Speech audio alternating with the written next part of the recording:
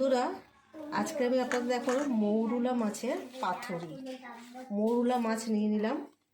এবার আমি আলুটা নিলাম। এখানে রসুন বাটা, জিরে বাটা, লঙ্কা বাটা, আদা বাটা সব নিলাম।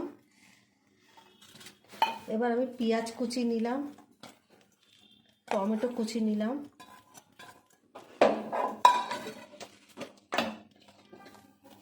এবার আমি হলুদ দিলাম পরিমাণ মতন।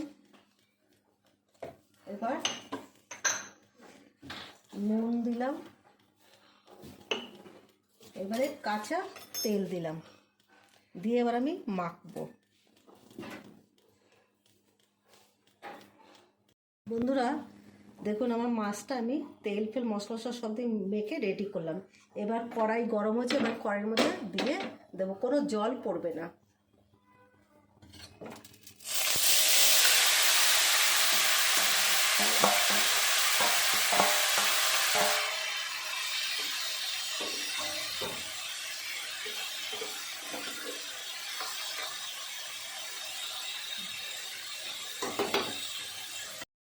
বন্ধুরা দেখুন, আমার পাতুরিটা একদম হয়ে গেছে।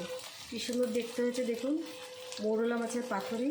আপনারা বাড়িতে এরকম করেই করবেন, ঠিক আছে? এবার এরকম করে আপনি দরকার পড়লে এরকম উল্টেও দিতে পারেন। এই যে লাল লাল ভাজা হয়ে রয়েছে, এরকমভাবে করবেন। আমারটা কমপ্লিট।